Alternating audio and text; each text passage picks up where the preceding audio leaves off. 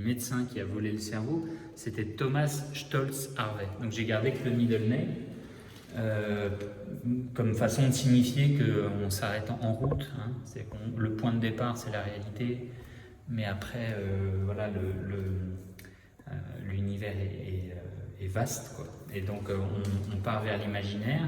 Et donc ce Thomas Stolz, je ne me suis pas du tout appuyé sur l'aspect visuel de Thomas Harvey, qui a un côté très sérieux et assez très wasp, hein, dans sa façon d'être. Et j'avais envie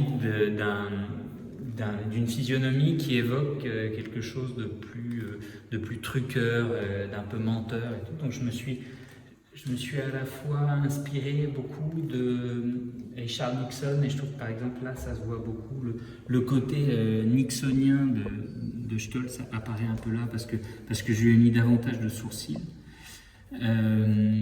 J'ai mixé ça avec un acteur qui s'appelle Elliot Gould, qui est vraiment dans des films d'Altman, qui est vraiment il a un côté hyper cool, quoi. C'est le père de Monica et Ross dans la série Friends, mais avant d'être leur père, il a incarné des rôles, notamment dans Le Privé, où il est de toute beauté.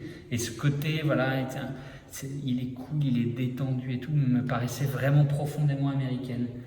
Et voilà, donc c'est vraiment une partie, moi, qui me prend beaucoup de temps d'arriver à tenir, à sentir vraiment mon personnage et à pouvoir le résumer en quelques traits très brefs. Et là, à ce stade, j'en suis pas encore là. C'est que là, on voit que ça varie beaucoup encore, hein, sa physionomie.